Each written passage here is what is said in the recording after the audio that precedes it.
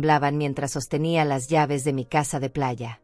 Había manejado 3 horas bajo el sol ardiente de julio, con mi bolsa de tela llena de frutas frescas que pensaba compartir con Miguel y Elena durante el fin de semana. Después de 6 meses sin pisar esa propiedad que compré con el sudor de 30 años trabajando en la fábrica textil, finalmente había decidido sorprenderlos. Qué tonta fui al pensar que mi llegada sería bienvenida. La puerta principal tenía una cerradura nueva, brillante, moderna, completamente diferente a la que yo había instalado hace 2 años. Mis llaves no entraban. Probé una y otra vez, sintiendo como el metal se resistía, como si la casa misma me rechazara. El sonido metálico de las llaves chocando contra la cerradura resonaba en el silencio de la tarde, mientras el sudor comenzaba a bajar por mi frente. Toqué el timbre. Esperé. Volví a tocar. Los segundos se sentían eternos bajo ese sol que me castigaba la piel arrugada. Finalmente escuché pasos acercándose desde adentro. Pasos que reconocí inmediatamente. Miguel. Mi hijo. El niño que cargué en brazos cuando tenía fiebre, el joven que ayudé a pagar la universidad, el hombre que se casó con la bendición de mi dinero prestado para la boda. La puerta se abrió apenas una rendija. Sus ojos me miraron con una frialdad que nunca había visto antes. No era sorpresa. No era alegría. Era molestia pura, como si fuera una vendedora ambulante interrumpiendo su tranquilidad. Miguel, mi hijo, estaba parado ahí en pantaloneta y camiseta, con el cabello revuelto y una expresión que me heló la sangre. Detrás de él pude ver a Elena, mi nuera, sentada en el sofá que yo había comprado, bebiendo de una copa de vino que seguramente había salido de mi cava personal. Intenté sonreír. Levanté mi bolsa de frutas como ofrenda de paz. Las palabras salieron temblorosas de mi garganta seca. Le dije que había venido a pasar el fin de semana, que extrañaba la casa, que quería cocinar para ellos como antes. Miguel no me dejó terminar. Su voz sonó como un martillo golpeando metal cuando me dijo que no podía entrar. Que ya no era mi casa. Que él y Elena habían decidido que yo no era bienvenida. Que necesitaban su espacio privado. Sentí como si me hubieran arrancado el aire de los pulmones. Le pregunté qué quería decir con eso. Era mi casa. Yo la había comprado. Yo había pagado cada ladrillo, cada ventana, cada mueble que estaba adentro. La respuesta de Miguel fue como un cuchillo hundiéndose en mi pecho. Me dijo que ya no era mi casa porque ahora estaba a nombre de Elena. Que habían hecho los trámites legales. Que era hora de que yo entendiera que ellos eran los dueños legítimos ahora. Elena se acercó detrás de él. Su sonrisa era venenosa, triunfante. Me miró de arriba abajo como si fuera basura en su puerta. Con voz dulce pero llena de veneno me dijo que lamentaba que yo no hubiera entendido antes que las cosas habían cambiado. Miguel cerró la puerta un poco más, dejando apenas un espacio para que su cara siguiera visible. Sus siguientes palabras se clavaron en mi alma como vidrios rotos. Me dijo que era hora de que yo aceptara la realidad. Que Elena era su prioridad ahora. Que yo era parte del pasado. Pero lo que vino después destrozó algo dentro de mí que no sabía que podía romperse. Miguel me miró directo a los ojos y me dijo que había sido una carga durante años. Que él y Elena habían decidido liberarse de mi presencia tóxica. Que la casa de playa era solo el comienzo de su nueva vida sin mí. Elena se rió detrás de él. Una risa aguda que me atravesó como una aguja. Le dijo a Miguel que era mejor que yo me fuera antes de que tuvieran que llamar a la policía por invasión de propiedad privada. Mis piernas flaquearon. Me aferré al marco de la puerta para no caerme. Las frutas se derramaron de mi bolsa y rodaron por el suelo. Mangos maduros, plátanos amarillos, todo lo que había traído con amor se esparció como mi dignidad. Miguel me miró caer y no movió ni un músculo para ayudarme. En cambio, me dijo que recogiera mi desastre y me largara. Que no volviera sin avisar. Que si quería verlos, tenía que pedir permiso primero. La puerta se cerró con un golpe seco que resonó en mi pecho como un disparo. Me quedé ahí, arrodillada en el suelo, recogiendo frutas magulladas mientras las lágrimas caían sobre el concreto caliente. Desde adentro escuché música subiendo de volumen y risas.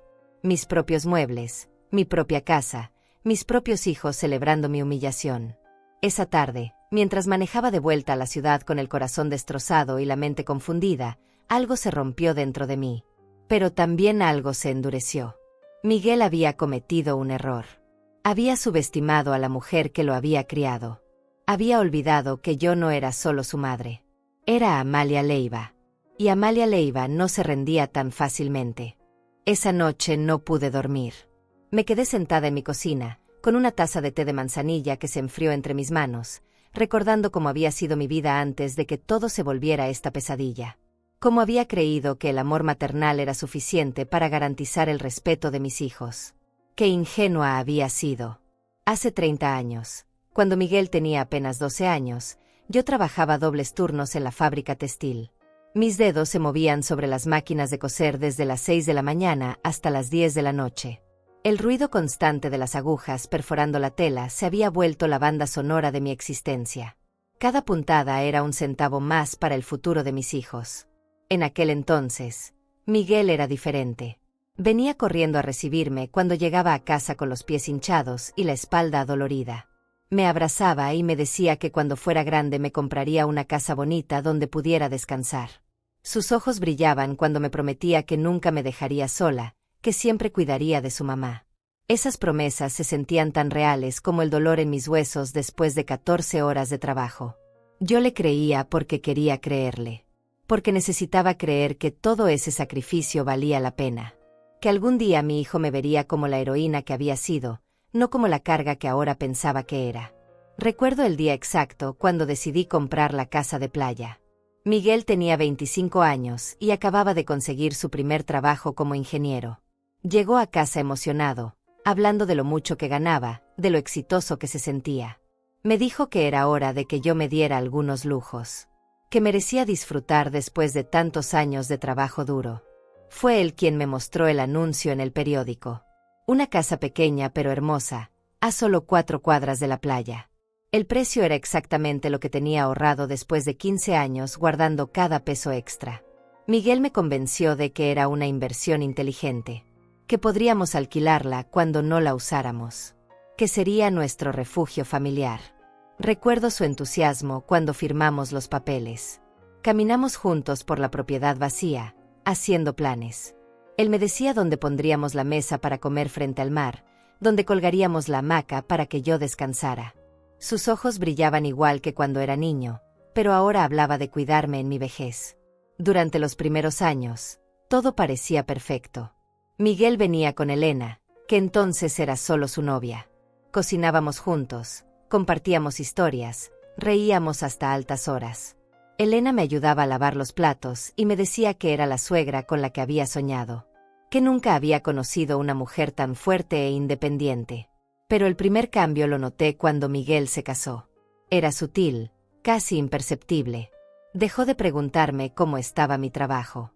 Dejó de interesarse por mis planes para el fin de semana. Cuando hablaba conmigo, sus ojos miraban hacia otro lado, como si estuviera pensando en cosas más importantes. Elena también cambió. Sus sonrisas se volvieron más forzadas. Comenzó a hacer comentarios sobre mi forma de cocinar, sobre mi ropa, sobre mi manera de decorar la casa. Comentarios que parecían bromas, pero que cortaban como navajitas. Me decía que era hora de que yo modernizara mi estilo, que las mujeres de mi edad no deberían vestirse como viejitas. Miguel nunca la contradecía. Peor aún, a veces se reía de sus comentarios. Mi propio hijo riéndose de las burlas hacia su madre. Yo me tragaba la humillación y fingía que no me dolía.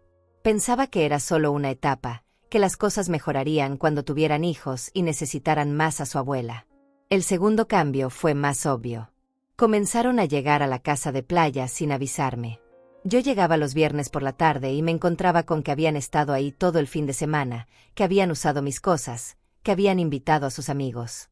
Mi comida había desaparecido, mis sábanas estaban sucias, mi casa olía a cigarrillo y alcohol. Cuando les preguntaba por qué no me habían avisado, Miguel me respondía con fastidio.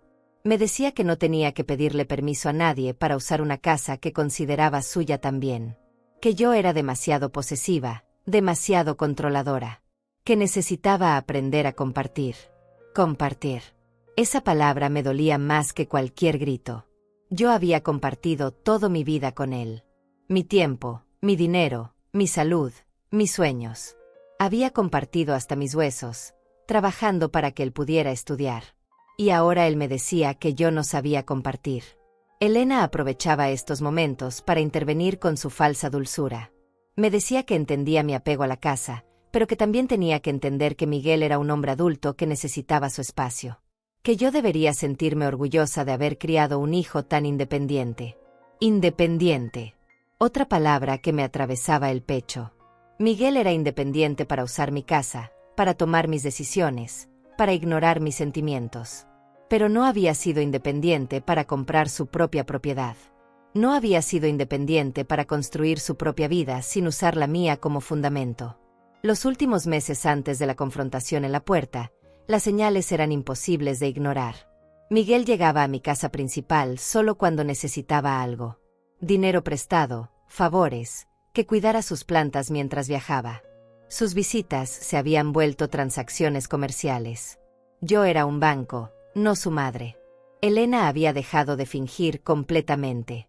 Me hablaba con condescendencia, como si fuera una niña que necesitaba explicaciones simples. Me decía que las madres de su generación sabían cuándo era hora de dejar ir a sus hijos. Que el amor verdadero a veces significaba hacerse a un lado. Hacerse a un lado. Esa frase me perseguía en las noches. Yo me había hecho a un lado toda mi vida para que ellos pudieran brillar. Me había hecho tan pequeña que ahora ellos pensaban que podían hacerme desaparecer completamente. Habían confundido mi generosidad con debilidad, mi amor con estupidez. Esa madrugada, sentada en mi cocina con el té frío, entendí que había estado ciega durante años. Que había interpretado señales de desprecio como independencia natural. Que había justificado crueldad como crecimiento personal. Que había sido cómplice de mi propia humillación. Pero también entendí algo más importante. Que ya no era la misma mujer que había firmado esos papeles hace años. Que 30 años de trabajo duro me habían enseñado a ser más inteligente de lo que ellos pensaban. Y que Amalia Leiva estaba a punto de demostrarles exactamente quién era. 3 días después de la humillación en la puerta, decidí ir a mi banco para revisar los documentos de la casa de playa. Algo no me cuadraba en las palabras de Miguel. Él había dicho que la casa ya estaba a nombre de Elena, pero yo nunca había firmado ningún papel de transferencia. Mi memoria podía fallar para algunas cosas, pero nunca para asuntos legales tan importantes. El gerente del banco, don Alonso Cornejo, me conocía desde hace 20 años. Había sido él quien me ayudó a procesar el crédito original para comprar la casa. Cuando le expliqué lo que había pasado, su expresión cambió inmediatamente. Sus ojos se llenaron de preocupación y me pidió que esperara mientras revisaba mis archivos. Mientras esperaba en esa silla de plástico incómoda, mis manos sudaban. El aire acondicionado del banco me daba escalofríos, pero no podía dejar de temblar. Una parte de mí esperaba que Miguel estuviera mintiendo, que todo fuera una broma cruel. Otra parte ya sabía que había descubierto algo terrible. Don Alonso regresó con una carpeta gruesa y la expresión más seria que le había visto. Se sentó frente a mí y me mostró una fotocopia de una escritura que me cortó la respiración. Ahí estaba, en papel oficial, la transferencia de mi casa de playa a nombre de Elena Duarte. Fechada 3 meses atrás. Mi firma estaba ahí. Perfecta. Idéntica a la mía. Pero yo jamás había firmado ese documento. Jamás había estado en esa notaría. Jamás había autorizado esa transferencia. Alguien había falsificado mi firma, y ese alguien conocía perfectamente mi letra. Don Alonso me explicó que la transferencia había sido procesada por la notaría del doctor Elías Olivares. Que según los documentos, yo había donado voluntariamente la propiedad a mi nuera como regalo de bodas retrasado. Que incluso había una carta adjunta, supuestamente escrita por mí, explicando mis motivos. Leyó la carta en voz alta. Cada palabra era una puñalada. Decía que yo quería demostrar mi amor hacia Elena regalándole la casa porque la consideraba como mi propia hija. Que era mi manera de asegurarme de que Miguel fuera feliz. Que a mi edad ya no necesitaba propiedades adicionales. Las lágrimas se acumularon en mis ojos, pero no de tristeza, de rabia pura. Alguien había usado mi amor maternal como justificación para robarme. Había convertido mi generosidad en arma contra mí. Había falsificado no solo mi firma, sino también mis sentimientos. Don Alonso me preguntó si recordaba haber firmado esos papeles. Su voz era gentil, pero sus ojos mostraban que ya sabía la respuesta. Le dije que nunca había visto esos documentos en mi vida. que nunca había querido regalar mi casa, que alguien había cometido un fraude en mi nombre. Me explicó que necesitaríamos pruebas contundentes para demostrar la falsificación, que casos como este eran complicados, especialmente cuando involucraban familia, que tendría que contratar un abogado especializado en fraudes documentales, que sería un proceso largo y costoso. Salí del banco con las piernas temblorosas y el corazón acelerado. Tenía la fotocopia de los documentos fraudulentos en mi bolsa como evidencia de la traición más grande de mi vida. Mi propio hijo había organizado el robo de mi propiedad. Miguel, el niño que había cargado en brazos, había falsificado mi firma para robarme. Pero había algo más que me torturaba. Miguel no sabía escribir con mi letra. Sus habilidades con las computadoras eran buenas, pero para falsificar una firma a mano necesitaba práctica. Necesitaba haber estudiado mi firma durante meses. Necesitaba haber tenido acceso a documentos originales míos. Entonces recordé algo que me heló la sangre. 6 meses atrás, Elena me había pedido que le prestara algunos papeles importantes míos. Dijo que estaba ayudando a Miguel a organizar un seguro de vida para mí, que necesitaba copias de mis documentos de identidad y algunas firmas de referencia para el proceso. Yo, como siempre, había confiado completamente. Le había dado copias de mis documentos. Había firmado varios papeles en blanco que ella dijo que eran formularios preautorizados.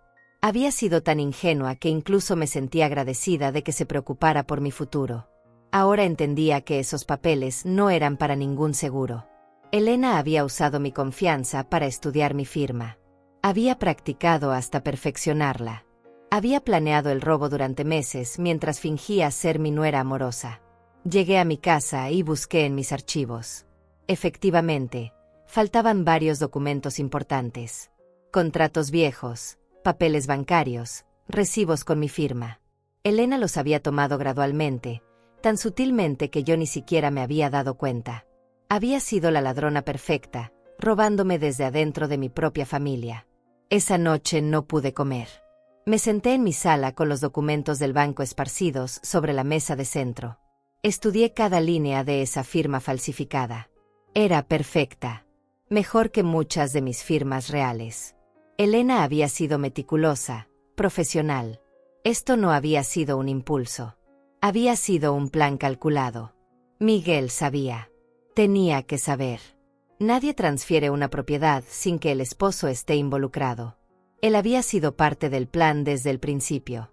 Tal vez incluso había sido su idea. Mi hijo, mi sangre, había conspirado para robarme lo que me había costado 15 años de trabajo conseguir. Pero lo que más me dolía no era el robo. Era la traición. Era saber que mientras yo los recibía en mi casa con comida casera y sonrisas genuinas, ellos estaban planeando cómo despojarme de mi patrimonio. Era saber que cada abrazo de Elena había sido actuado. Que cada te amo de Miguel había sido mentira. Recordé todas las veces que Elena me había preguntado sobre mis otras propiedades. Sobre mis ahorros. Sobre mis planes de herencia. Preguntas que yo había interpretado como interés familiar genuino. Ahora veía que había estado haciendo inventario de todo lo que podía robar. También recordé las conversaciones donde Miguel me había sugerido que pusiera propiedades a nombre de familia más joven. Decía que era una forma de evitar impuestos de herencia.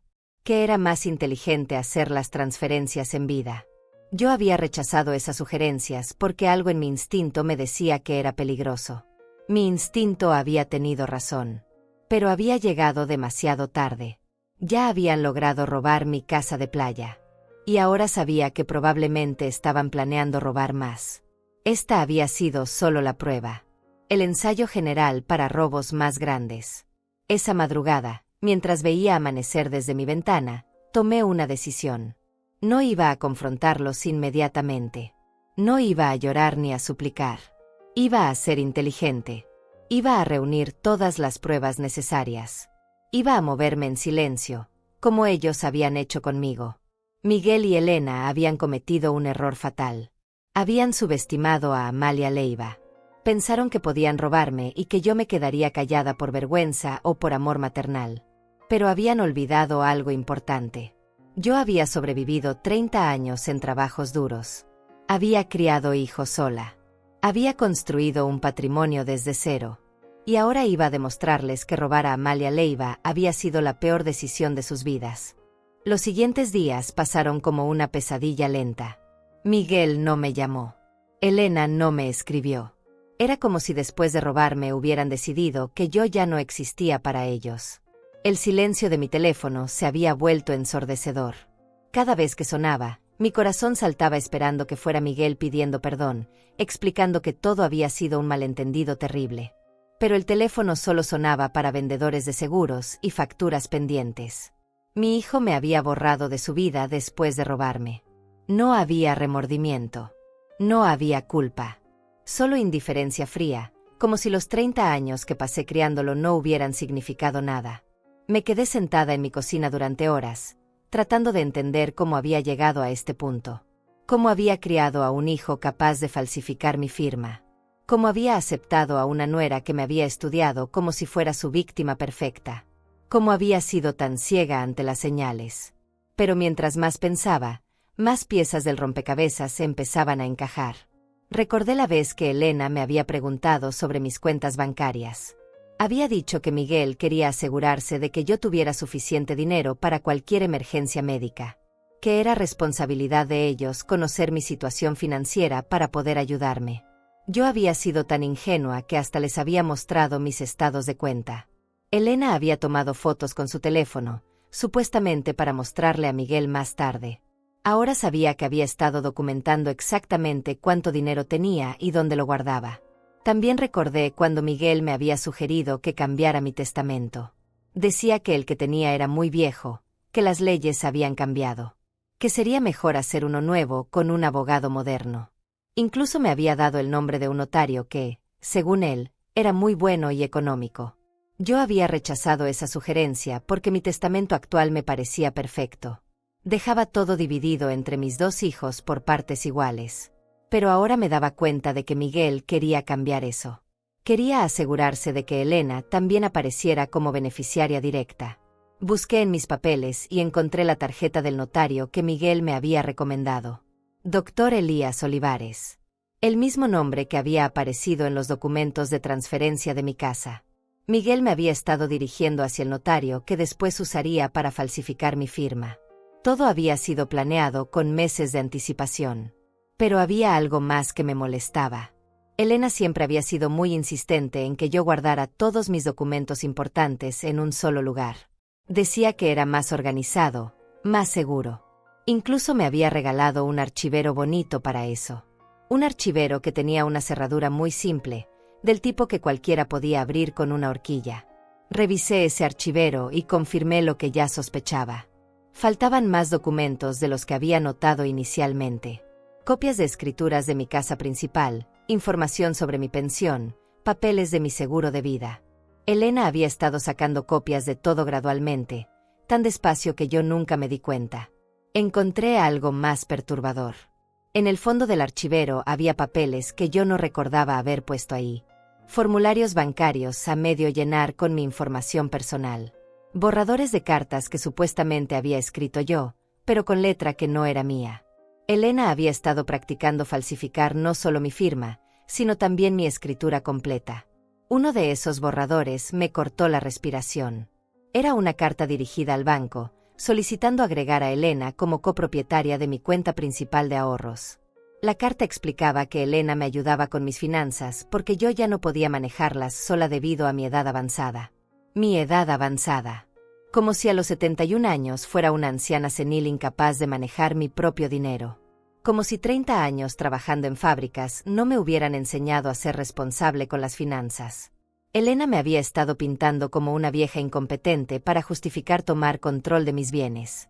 Esa noche llamé a mi banco y pedí revisar todas las transacciones recientes en mis cuentas.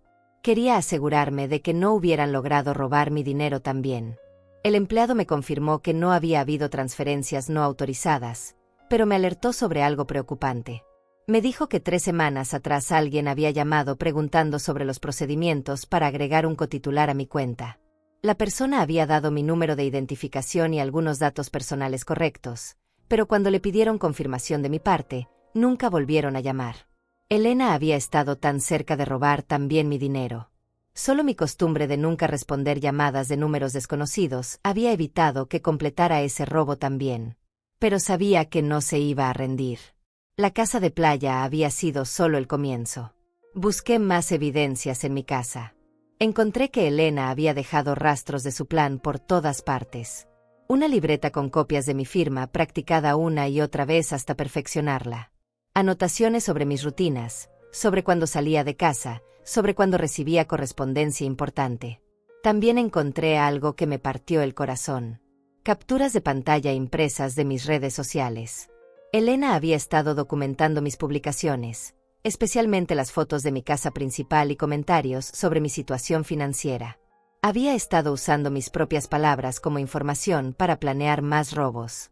En una de esas anotaciones, Elena había escrito comentarios crueles sobre mí. Me llamaba la vieja terca y obstáculo para nuestro futuro. Había escrito que yo tenía demasiadas propiedades para alguien que no tenía hijos exitosos. Que era injusto que yo tuviera tanto mientras ellos luchaban por pagar sus deudas. Sus deudas. Esa era otra pieza del rompecabezas.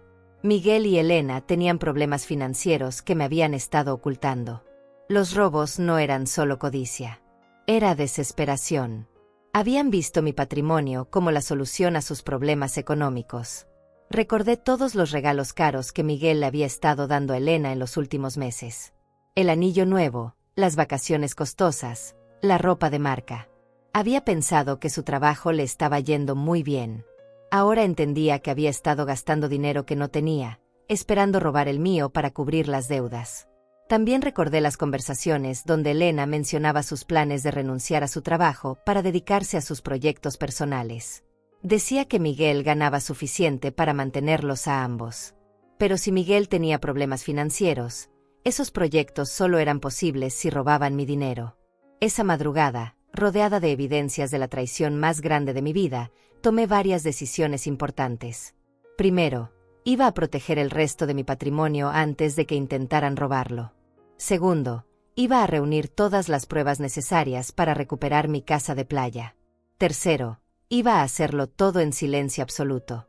Miguel y Elena habían jugado sucio. Habían usado mi amor y mi confianza como armas contra mí.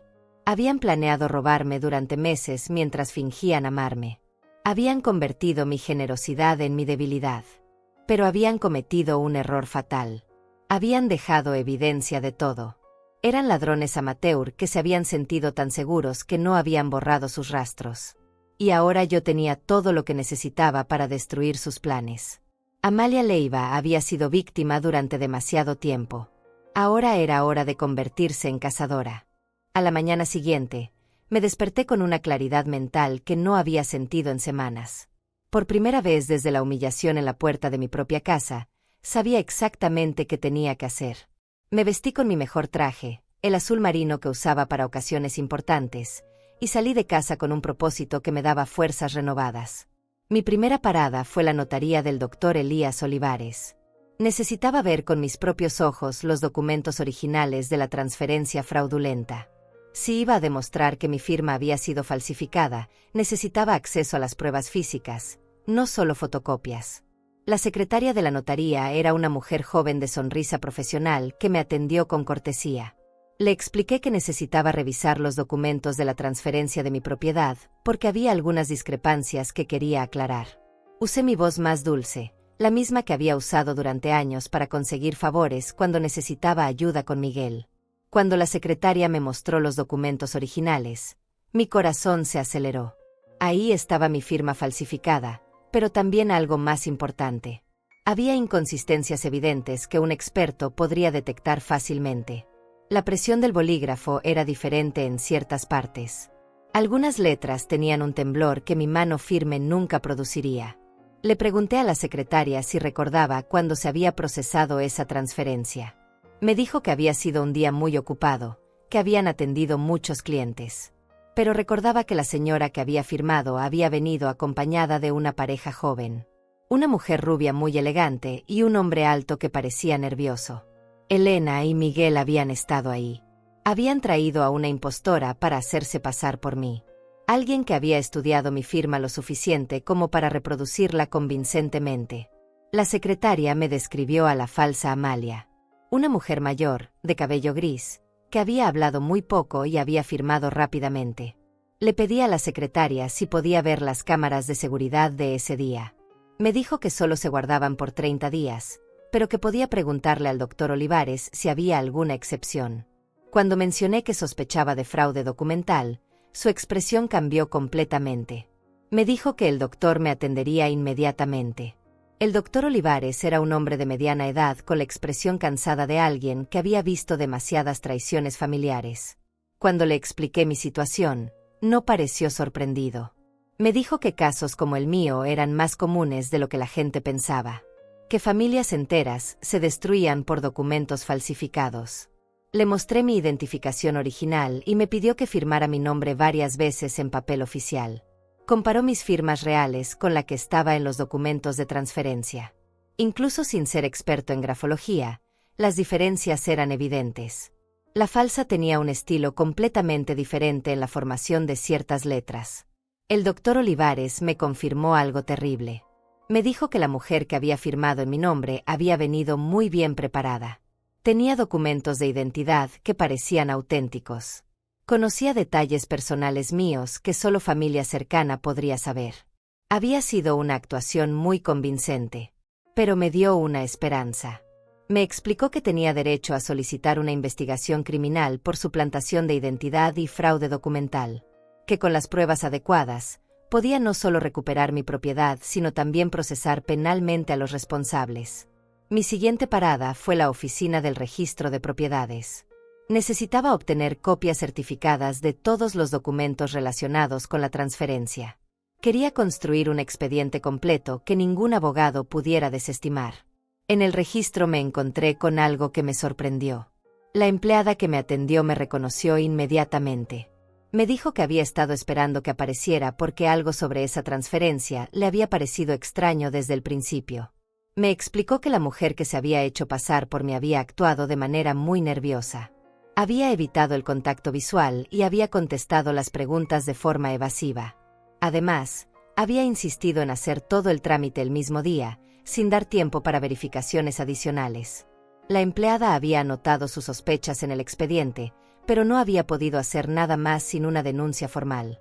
Me dijo que estaría dispuesta a testificar sobre las irregularidades que había observado durante el proceso de transferencia. Con esa información, fui directo a buscar un abogado especializado en fraudes documentales. Quería a alguien que hubiera manejado casos similares y que entendiera la complejidad de las traiciones familiares. No podía permitirme contratar al más caro, pero necesitaba a alguien competente. Encontré al doctor Cristian Olivares, un abogado joven pero con excelente reputación en casos de fraude familiar. Su oficina era pequeña pero organizada, llena de libros de derecho y expedientes bien archivados. Cuando le conté mi historia, se indignó genuinamente. Me dijo que casos como el mío eran especialmente crueles porque explotaban la confianza familiar. El doctor Cristian me explicó el proceso legal paso a paso. Tendríamos que presentar una denuncia penal por falsificación de documentos y suplantación de identidad. Simultáneamente, iniciaríamos un proceso civil para recuperar la propiedad. Todo tomaría tiempo, pero las pruebas que ya había reunido eran muy sólidas. Me advirtió que Miguel y Elena probablemente contratarían abogados costosos y tratarían de prolongar el proceso, que intentarían presentarme como una anciana confundida que había olvidado haber firmado los documentos, que usarían mi edad como arma contra mí. Pero también me dio esperanza.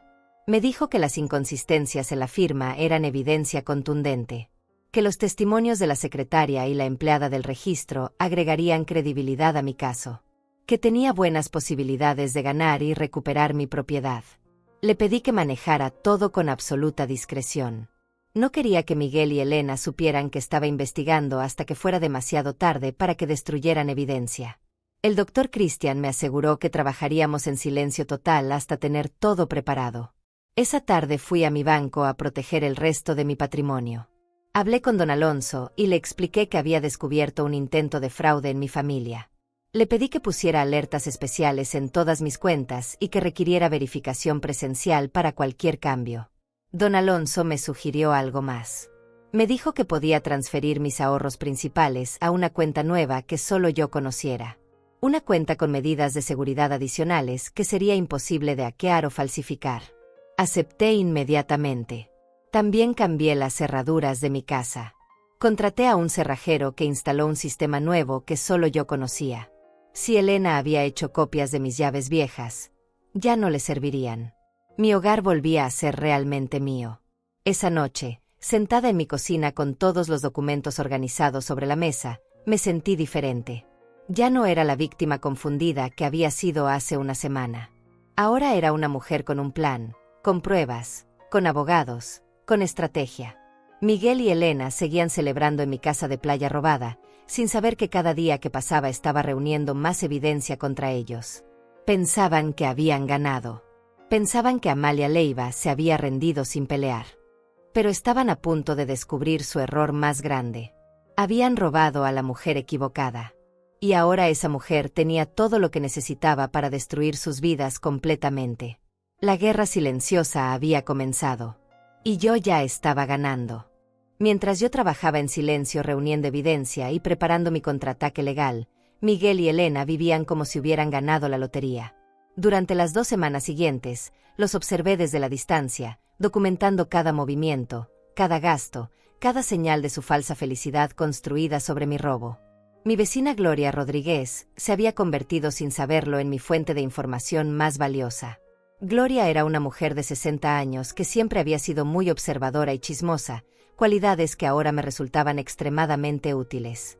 Tenía amigas en común con Elena y seguía de cerca las redes sociales de toda la familia. A través de Gloria me enteré de que Elena había dejado su trabajo. Había publicado en Facebook una foto de su carta de renuncia con un mensaje que decía finalmente libre para perseguir mis sueños. Gracias a mi esposo por hacer esto posible. Mi esposo. Como si Miguel tuviera los recursos para mantenerla sin trabajar. Como si mi casa robada no fuera la que estaba financiando esa libertad. Las fotos que Elena subía a Instagram me cortaban el corazón y me daban rabia al mismo tiempo. Ahí estaba ella, posando en mi terraza con vistas al mar, bebiendo cócteles en mis muebles, usando mi cocina para preparar cenas románticas.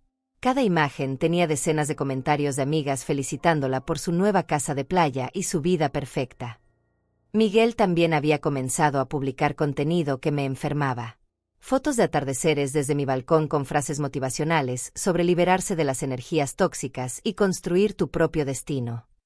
Una de sus publicaciones decía: a veces tienes que cortar lazos que te limitan para poder volar. Estaba hablando de mí. Su propia madre era el lazo tóxico del que se había liberado. Pero lo que más me dolía eran las fotos donde aparecían juntos en mi casa, actuando como la pareja perfecta. Miguel abrazando a Elena en mi sala, los dos brindando con champán en mi cocina, Elena leyendo un libro en mi hamaca mientras Miguel trabajaba en su laptop. Habían convertido mi refugio en el escenario de su romance falso. Gloria me mostró las historias de Instagram de Elena donde documentaba su nueva rutina diaria. Desayunos elaborados en mi mesa del comedor, sesiones de yoga en mi jardín, largas caminatas por la playa que yo había soñado disfrutar en mi vejez. Elena estaba viviendo la vida que yo me había ganado con 30 años de trabajo duro. Pero había algo más perturbador en esas publicaciones. Elena había comenzado a redecorar mi casa según su gusto. Había cambiado mis cortinas por unas modernas y costosas. Había reemplazado mis cuadros familiares por arte abstracto. Había tirado mis plantas favoritas y puesto otras completamente diferentes. No solo me había robado la casa. Estaba borrando sistemáticamente cualquier rastro de que yo hubiera existido ahí. Era como si estuviera matando mis recuerdos, eliminando mi historia de ese lugar que había sido mi refugio durante años. Miguel también había hecho cambios significativos. Había instalado un sistema de sonido costoso, había comprado una parrilla nueva para el patio, había mandado hacer una pérgola elegante donde antes estaba mi pequeño jardín de hierbas. Cada modificación era una puñalada más, una forma de marcar territorio sobre lo que había robado. A través de las publicaciones de sus amigos, me enteré de que habían organizado varias fiestas en mi casa. Reuniones con parejas jóvenes donde presumían su nueva adquisición. En las fotos podía ver a desconocidos usando mi piscina, cocinando en mi parrilla, durmiendo en mis camas de huéspedes. Una de esas fiestas había sido especialmente elaborada. Elena había contratado un chef privado y había decorado toda la casa con luces y flores costosas. En los videos que circulaban en redes sociales, se veía cómo brindaban por los nuevos comienzos y por liberarse de las cargas del pasado. Las cargas del pasado. Esa era yo. La madre que había sacrificado todo por ese hijo ingrato. La mujer que había trabajado dobles turnos para que él pudiera estudiar. Ahora era solo una carga de la que se habían liberado robándome. Gloria me contó que Elena había estado presumiendo con las vecinas de la playa sobre su suegra generosa que les había regalado la casa como gesto de amor. Contaba la historia como si hubiera sido una decisión mía, como si yo hubiera insistido en dársela porque quería verlos felices. Esa versión falsa de los hechos me enfurecía más que el robo mismo. Elena no solo había tomado mi propiedad, sino que había inventado una narrativa donde yo aparecía como la abuela amorosa que había decidido sacrificarse por la felicidad de su familia. Había convertido mi victimización en un acto de generosidad voluntaria. Miguel había adoptado la misma versión de los hechos. En una entrevista informal que le hicieron para el periódico local de la playa, habló sobre la bendición de tener una madre que entiende la importancia de dejar ir. Dijo que yo había sido sabia al transferir la propiedad a la generación más joven. Sabia. Como si entregar mi patrimonio a cambio de nada hubiera sido una decisión inteligente. Como si ser robada por mi propia familia fuera un acto de sabiduría maternal. Miguel había reescrito la historia para convertirse en el héroe y convertirme a mí en la benefactora voluntaria.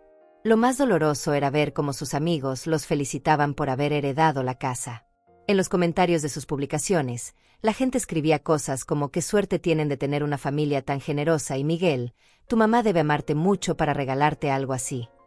Miguel respondía a esos comentarios con falsa humildad, diciendo que se sentía bendecido por el amor incondicional de su madre, que yo había sido un ejemplo de generosidad toda su vida, que esperaba honrar el regalo, cuidando bien la propiedad.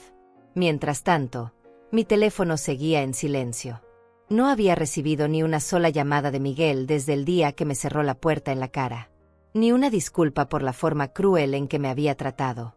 Ni una explicación sobre la transferencia. Ni siquiera un mensaje preguntando cómo estaba. Para Miguel, yo había dejado de existir el mismo día que completó el robo. Había conseguido lo que quería y ya no necesitaba fingir que le importaba mi bienestar. La máscara de hijo amoroso había caído completamente, revelando al extraño cruel que siempre había estado debajo.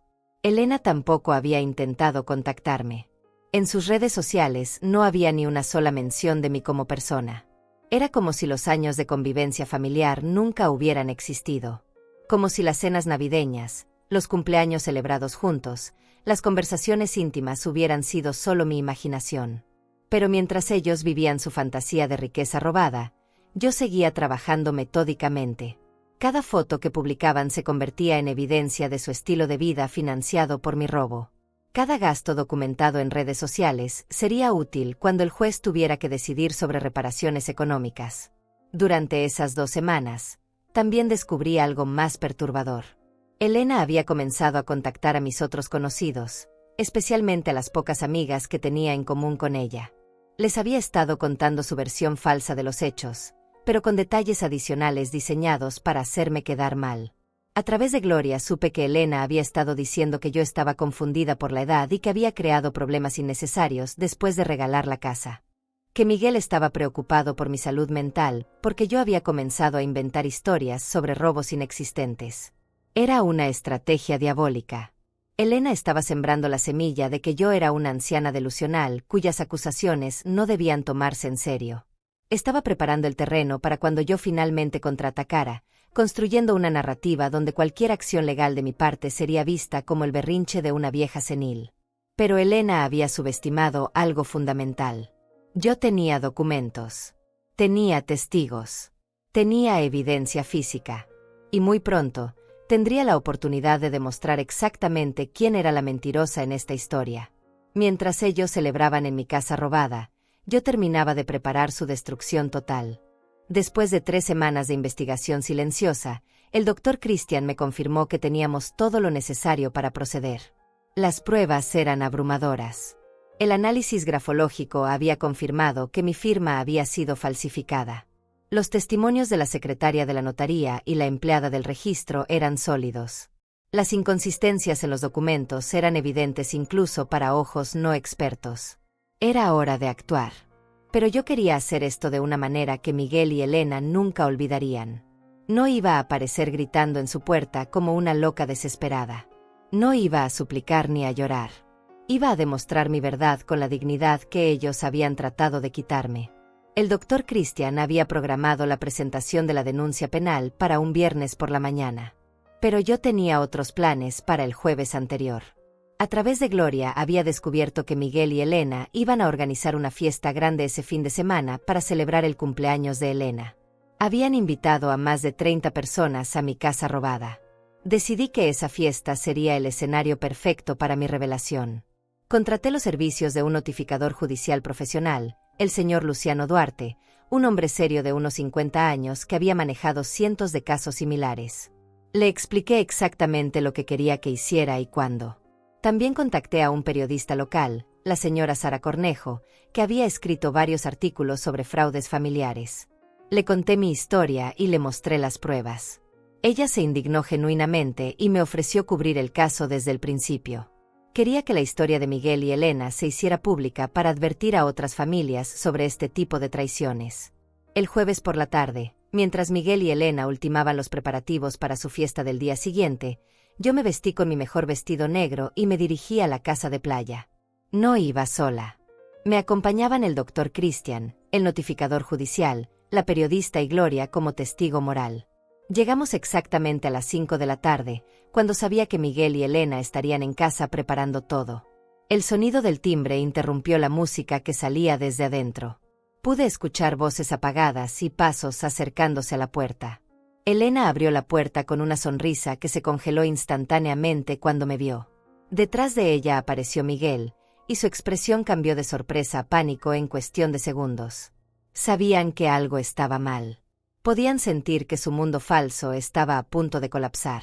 El doctor Christian se presentó formalmente como mi abogado y explicó el propósito de nuestra visita. El notificador judicial entregó a Miguel la citación oficial para comparecer ante la Fiscalía por los cargos de falsificación de documentos, suplantación de identidad y fraude inmobiliario. Miguel tomó los papeles con manos temblorosas. Su cara se puso pálida mientras leía los cargos. Elena intentó mantener la compostura, pero pude ver cómo sus ojos se llenaban de pánico. Ninguno de los dos dijo una palabra durante los primeros minutos. Entonces Miguel exploté. Comenzó a gritar que yo estaba loca, que él nunca había falsificado nada, que yo había regalado la casa voluntariamente y ahora me estaba arrepintiendo. Su voz se quebraba mientras gritaba, y pude ver la desesperación en sus ojos.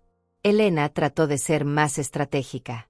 Con voz temblorosa pero controlada, dijo que todo había sido un malentendido, que ella tenía documentos que probaban que la transferencia había sido legítima, que yo estaba confundida por mi edad y que esto era solo una venganza porque me sentía abandonada. Pero el doctor Christian no se inmutó. Con voz calmada y profesional, les explicó que teníamos pruebas irrefutables del fraude. Les mostró fotografías del análisis grafológico que demostraba que mi firma había sido falsificada. Les leyó testimonios de testigos que habían identificado inconsistencias en el proceso de transferencia. La cara de Elena se descompuso completamente cuando vio las pruebas. Miguel intentó arrebatar los documentos de las manos del doctor Christian, pero el notificador judicial intervino y le advirtió que cualquier agresión sería añadida a los cargos. Fue entonces cuando decidí hablar. Con la voz más calmada que pude reunir, le dije a Miguel que había cometido el error más grande de su vida, que había subestimado a la mujer que lo había criado, que había confundido mi amor maternal con debilidad. Le recordé todos los años que había trabajado para darle una educación, todos los sacrificios que había hecho para que él pudiera tener una vida mejor, todo el amor incondicional que le había dado, incluso cuando comenzó a tratarme mal. Miguel intentó interrumpirme, pero yo continué. Le dije que había documentado cada gasto que habían hecho con mi propiedad robada, cada fiesta, cada remodelación, cada cambio que habían hecho a mi casa. Todo sería usado como evidencia de que sabían perfectamente que habían cometido un crimen. Elena comenzó a llorar. No eran lágrimas de remordimiento, sino de pánico puro. Se dio cuenta de que todas sus publicaciones en redes sociales, todas las fotos presumiendo la casa, todas las fiestas documentadas, se habían convertido en evidencia en su contra. El doctor Christian les explicó las consecuencias legales que enfrentaban. Falsificación de documentos podía resultar en hasta 5 años de prisión. Suplantación de identidad era otro delito grave. Fraude inmobiliario tenía penas adicionales. Además, tendrían que pagar reparaciones económicas por todos los gastos que habían hecho con mi propiedad. Miguel intentó una última estrategia desesperada. Se puso de rodillas frente a mí y comenzó a suplicar perdón. Dijo que Elena lo había manipulado, que había sido idea de ella, que él había sido solo una víctima de su influencia. Intentó tocar mis manos mientras lloraba, pidiendo que retirara los cargos. Pero yo me mantuve firme. Le dije que era demasiado tarde para arrepentimientos, que había tenido semanas para llamarme, para explicarme, para pedirme perdón. En lugar de eso, había elegido humillarme y tratarme como si fuera basura. Elena también intentó suplicar. Me dijo que me devolvería la casa inmediatamente, que harían cualquier cosa para arreglar la situación. Que habían cometido un error terrible, pero que podíamos solucionarlo en familia, sin involucrar a la justicia. Pero yo ya había tomado mi decisión. Les expliqué que esto no era solo sobre recuperar mi propiedad. Era sobre demostrar que nadie, ni siquiera mi propio hijo, podía robarme y humillarme sin consecuencias. Era sobre enviar un mensaje a cualquier otra familia que pensara que podía abusar de sus mayores. La periodista había estado documentando todo silenciosamente. Cuando Miguel se dio cuenta de que había una reportera presente, su pánico se intensificó. Le gritó que no tenía derecho a estar ahí, que esto era un asunto privado. Pero ella le explicó que estaba en propiedad pública y que tenía todo el derecho de documentar un caso de interés social. El doctor Christian les entregó la notificación final. Tenían 72 horas para desalojar la propiedad voluntariamente antes de que se ejecutara una orden judicial de desalojo. Todos sus cambios y remodelaciones tendrían que ser evaluados para determinar reparaciones adicionales. Cuando nos retiramos, pude escuchar a Miguel y Elena gritándose el uno al otro desde adentro de la casa. Sus voces se filtraban a través de las ventanas mientras se culpaban mutuamente por el desastre. Su relación perfecta se estaba desmoronando junto con sus planes criminales. Esa noche, la historia apareció en el periódico local con el titular Abuela recupera casa robada por hijo y nuera mediante fraude documental. El artículo incluía fotografías de los documentos falsificados y detalles sobre cómo habían planeado el robo durante meses. Pero lo mejor estaba por venir. Miguel y Elena aún no sabían que su pesadilla apenas comenzaba. El lunes por la mañana, 72 horas después de la notificación judicial, Miguel me llamó por primera vez en más de un mes. Su voz sonaba completamente diferente. Ya no era el hombre arrogante que me había cerrado la puerta en la cara. Era un extraño desesperado, quebrado, suplicando por una misericordia que ya no tenía derecho a pedir. Lloró al teléfono como no había llorado desde que era niño. Me suplicó que retirara los cargos, que tuviéramos compasión, que pensara en nuestra relación familiar. Me dijo que Elena estaba devastada, que no habían dormido en días, que sus vidas se estaban desmoronando. Como si el dolor que me habían causado no hubiera importado cuando pensaron que podían salirse con la suya. Le respondí con la misma frialdad con la que él me había tratado. Le dije que ya era demasiado tarde para lágrimas. Que habían tenido meses para reconsiderar sus acciones mientras planeaban robarme. Que habían tenido semanas para llamarme después de humillarme. Que ahora tendrían que enfrentar las consecuencias de sus decisiones. Miguel intentó chantajearme emocionalmente. Me dijo que si seguía adelante con los cargos, perdería a su único hijo para siempre. Que Elena estaba considerando divorciarse de él por mi culpa. Que yo estaba destruyendo a mi propia familia por venganza. Como si él no hubiera destruido nuestra relación el día que decidió robarme. Colgué el teléfono sin decir una palabra más. Había escuchado suficientes mentiras de su boca para toda una vida. No iba a permitir que me manipulara con lágrimas falsas después de todo lo que me había hecho. 2 horas después, Elena me llamó. Su estrategia era diferente, pero igualmente desesperada. Me habló con una voz dulce que intentaba recrear la intimidad que habíamos compartido cuando fingía amarme.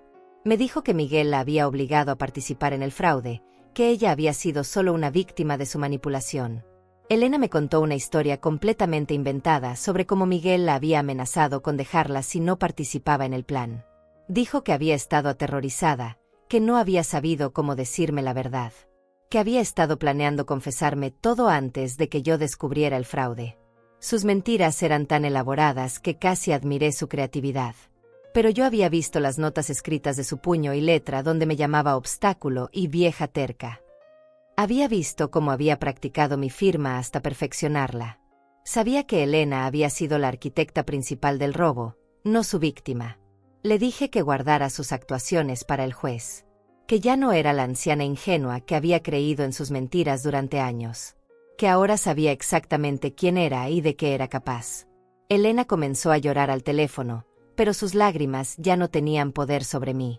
Esa misma tarde, a través de Gloria, me enteré de que Miguel y Elena habían comenzado a vender desesperadamente todo lo que habían comprado para mi casa. Estaban tratando de conseguir dinero para pagar abogados, pero también para devolver algunas de las cosas que habían instalado con la esperanza de reducir los daños. La parrilla costosa que Miguel había comprado apareció en un grupo de Facebook de ventas locales. Elena estaba vendiendo la decoración cara que había puesto en mi sala. Incluso intentaron vender el sistema de sonido que habían instalado, aunque ya estaba incorporado a la estructura de la casa. Pero sus problemas financieros eran mucho más graves de lo que yo había imaginado. A través del Dr. Christian me enteré de que Miguel tenía deudas significativas con varios bancos. Las tarjetas de crédito que había usado para financiar su estilo de vida falso estaban al límite. La casa donde vivían tenía 3 meses de atraso en pagos. Elena también tenía problemas. Había renunciado a su trabajo contando con el dinero que pensaba obtener vendiendo o hipotecando mi casa robada. Ahora se encontraba sin ingresos y con deudas acumuladas de sus proyectos personales que había estado financiando con anticipos de su plan criminal. El miércoles de esa semana, Miguel apareció en mi puerta. No había llamado antes, había venido directamente a suplicar en persona. Cuando abrí la puerta, casi no lo reconocí. En una semana había perdido peso. Tenía ojeras profundas, su ropa estaba arrugada. El hombre exitoso y arrogante se había convertido en un extraño desesperado. Se puso de rodillas en mi entrada y comenzó a llorar como un niño. Me agarró de las piernas mientras me suplicaba que tuviera piedad. Decía que era mi hijo, que no podía destruir a su propia sangre, que él haría cualquier cosa para compensarme. Por un momento, el instinto maternal que había estado dormido durante semanas amenazó con despertar. Ver a mi hijo destruido me dolía, sin importar lo que me hubiera hecho. Pero entonces recordé su cara de desprecio cuando me cerró la puerta. Recordé sus palabras crueles llamándome carga tóxica. Recordé cómo había celebrado mi humillación. Le dije que se levantara del suelo y se comportara como el hombre adulto que decía ser. Que las lágrimas no iban a borrar meses de planificación criminal. Que si realmente sentía remordimiento, lo demostrara enfrentando las consecuencias de sus acciones como adulto responsable. Miguel intentó abrazarme, pero yo me aparté. Le expliqué que ya no era su madre en el sentido emocional. Que él había matado esa relación el día que decidió robarme. Que ahora éramos simplemente 2 extraños involucrados en un caso criminal. Esa noche, Elena publicó un mensaje largo en Facebook dirigido a mí. Era su último intento desesperado de manipulación pública. En el mensaje me describía como una madre vengativa que estaba destruyendo a su propia familia por orgullo.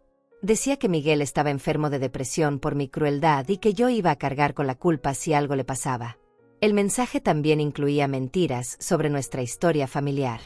Elena decía que yo siempre había sido controladora y manipuladora, que había usado mi dinero para mantener a Miguel dependiente de mí, que la transferencia de la casa había sido mi idea, pero que ahora me estaba arrepintiendo porque no podía aceptar que Miguel fuera independiente. Pero la estrategia de Elena fue contraproducente. Los comentarios en su publicación no fueron los que esperaba. La gente que había leído el artículo del periódico comenzó a llamarla ladrona y estafadora. Sus propias amigas empezaron a cuestionar su versión de los hechos cuando vieron las pruebas documentales que habían sido publicadas. Una de las amigas de Elena comentó que recordaba perfectamente cómo Elena había presumido sobre heredar la casa, no sobre recibirla como regalo. Otra persona mencionó que Elena había estado gastando dinero como si fuera rica mucho antes de que supuestamente recibiera la casa.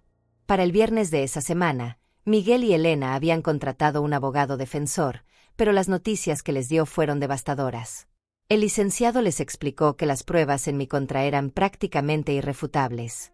Que lo mejor que podían esperar era negociar una sentencia reducida a cambio de cooperar completamente y devolver todo lo robado. El sábado, Miguel me envió un mensaje de texto que me partió el corazón y me llenó de satisfacción al mismo tiempo. Decía que Elena lo había abandonado, que se había ido a casa de su hermana y había comenzado los trámites de divorcio, que él estaba solo, sin dinero, sin esposa, sin casa y sin madre. Su mensaje terminaba diciendo que esperaba que yo estuviera feliz con mi venganza, que había conseguido destruir completamente su vida, que ahora éramos verdaderamente extrañas y que nunca me perdonaría por haberlo abandonado en el momento más difícil de su existencia. Leí ese mensaje varias veces. Miguel todavía no entendía que él había sido quien me abandonó primero, que él había sido quien había destruido nuestra relación, que las consecuencias que estaba viviendo no eran mi venganza, sino la justicia natural de sus propias acciones. Esa noche, por primera vez en meses, dormí profundamente. Sabía que mi pesadilla estaba llegando a su fin, mientras que la de ellos apenas comenzaba. 3 meses después del día que Miguel me cerró la puerta en la cara, volví a mi casa de playa como su legítima propietaria. Las llaves brillaban en mi mano como símbolos de una justicia que había tardado demasiado en llegar. La orden judicial había sido ejecutada, Miguel y Elena habían sido desalojados, y yo había recuperado lo que siempre había sido mío. La casa estaba extrañamente silenciosa cuando entré. Habían dejado todo limpio, probablemente por orden de sus abogados para evitar cargos adicionales de daños a la propiedad. Pero también habían quitado casi todo lo que habían agregado. Las paredes mostraban marcas donde habían estado sus cuadros costosos. El patio tenía agujeros donde habían instalado la pérgola que tuvieron que desmantelar. Caminé lentamente por cada habitación, reclamando mis espacios. En la sala principal, me senté en mi sofá favorito, el mismo donde Elena había posado para tantas fotos presumiendo mi propiedad robada. Ahora el silencio era mío. La paz era mía. La casa había vuelto a respirar con mi presencia. En la cocina encontré una carta que Miguel había dejado sobre la mesa. Reconocí su letra inmediatamente, pero la caligrafía temblaba como si hubiera estado llorando mientras escribía. La carta era su último intento de justificarse, de hacerme sentir culpable por las consecuencias de sus propios actos. Escribía que Elena efectivamente lo había abandonado, pero no antes de vaciarlo financieramente. Que había descubierto que ella había estado planeando divorciarse desde antes del robo, que solo había estado esperando conseguir propiedades a su nombre para llevarse la mitad en el divorcio. Que él había sido tan víctima como yo de la manipulación de Elena. Sus palabras intentaban despertar la compasión maternal que había estado dormida durante meses. Me contaba que había perdido su trabajo por el escándalo público del fraude. Que sus amigos lo habían abandonado. Que estaba viviendo en un cuarto rentado porque no podía pagar el alquiler de una casa completa. Pero la carta también revelaba algo más importante. Miguel finalmente admitía que el plan había sido suyo desde el principio. Que Elena se había resistido inicialmente, pero que la había convencido diciéndole que yo nunca me daría cuenta del fraude. Que había sido su codicia, no la manipulación de Elena, lo que había iniciado todo. Al final de la carta, Miguel me pedía una última oportunidad. Decía que había aprendido la lección, que valoraba todo lo que yo había sacrificado por él, que quería reconstruir nuestra relación desde cero. Pero también amenazaba sutilmente con hacer público que yo había sido cruel con mi propio hijo en su momento más vulnerable. Doblé la carta cuidadosamente y la puse en mi bolsa. Sería útil para el Dr. Christian como evidencia adicional de la admisión de culpabilidad de Miguel. Pero emocionalmente, esas palabras ya no tenían poder sobre mí. Había aprendido a distinguir entre el remordimiento genuino y la manipulación desesperada. Pasé el resto de la tarde restaurando la casa a mi gusto original. Volví a colgar mis fotos familiares, replanté mi jardín de hierbas, puse mis cortinas favoritas que había guardado en el almacén. Cada objeto que regresaba a su lugar era una declaración de que Amalia Leiva había sobrevivido al intento de borrar su existencia. Al atardecer, me senté en mi terraza con una taza de té de manzanilla, mirando el mar que había soñado disfrutar en paz durante tantos años. El sonido de las olas era la banda sonora perfecta para mi victoria silenciosa. No había gritado, no había perdido la compostura, no me había rebajado al nivel de quienes me habían traicionado. Mi teléfono sonó. Era Gloria, llamando para saber cómo me sentía después de recuperar mi casa. Le conté sobre la carta de Miguel y sobre mi decisión de no responderle. Gloria me felicitó por mi fortaleza y me dijo que era un ejemplo para todas las mujeres de nuestra edad que habían sido subestimadas por sus propias familias. Esa noche, mientras preparaba mi cena en mi propia cocina recuperada, reflexioné sobre todo lo que había aprendido. Había descubierto que el amor maternal tenía límites, que la generosidad sin límites podía convertirse en invitación al abuso, que a veces protegerse a una misma era el acto de amor más importante. También había aprendido que la edad no significaba debilidad, que 71 años de experiencia me habían dado herramientas que Miguel y Elena nunca habían imaginado, que la paciencia y la estrategia eran más poderosas que los gritos y las amenazas. Una semana después, el doctor Christian me informó que Miguel había aceptado declararse culpable a cambio de una sentencia reducida. Tendría que pagar una multa significativa y cumplir servicio comunitario, pero evitaría la prisión. Elena, por su parte, había huido a otro estado y estaba evitando comparecer ante la justicia. El caso se había vuelto mediático.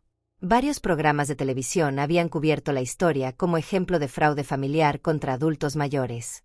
Yo había participado en algunas entrevistas, no por venganza, sino para educar a otras familias sobre las señales de este tipo de abusos. En una de esas entrevistas, me preguntaron si alguna vez perdonaría a Miguel. Mi respuesta fue honesta. Le dije al reportero que el perdón no significaba permitir que alguien siguiera lastimándote, que yo podía perdonar sin olvidar, sin permitir que Miguel volviera a tener acceso a mi vida o mi patrimonio. 6 meses después de recuperar mi casa, decidí hacer algunos cambios importantes en mi vida. Contraté a un administrador profesional para manejar mis propiedades. Actualicé mi testamento con un abogado especializado, asegurándome de que ningún familiar pudiera manipular mis decisiones futuras. También comencé a participar en grupos de apoyo para víctimas de fraude familiar. Compartir mi historia con otras mujeres que habían pasado por experiencias similares me ayudó a sanar completamente. Descubrí que no estaba sola, que mi experiencia era más común de lo que había imaginado. Un año después, Miguel intentó contactarme por última vez. Esta vez no fue una carta manipuladora ni una llamada desesperada. Fue un mensaje simple donde se disculpaba sin condiciones y sin pedir nada a cambio. Reconocía que había destruido nuestra relación y que no esperaba perdón, pero quería que yo supiera que finalmente entendía la magnitud de su traición. Leí el mensaje varias veces antes de decidir no responder. No por crueldad, sino porque ya no había nada que decir. Miguel había hecho sus decisiones y yo había hecho las mías. Habíamos tomado caminos diferentes que ya no se cruzarían. Esta mañana, mientras regaba mis plantas en el jardín de mi casa de playa recuperada, pensé en todo el camino recorrido. Había perdido un hijo, pero había recuperado mi dignidad. Había perdido la ilusión del amor incondicional, pero había ganado el respeto por mí misma. El sol se alzaba sobre el mar, iluminando mi rostro con la misma calidez que había sentido el día que compré esta casa hace años. Pero ahora esa calidez tenía un significado diferente. No era solo la promesa de descanso después del trabajo duro. Era la confirmación de que Amalia Leiva había luchado por lo que era suyo y había ganado. Cerré los ojos y respiré profundamente el aire salado. Esta era mi victoria más importante. No había sido ruidosa ni espectacular. Había sido silenciosa, estratégica y completamente mía. Había demostrado que robar a la mujer equivocada siempre tiene consecuencias. Y esas consecuencias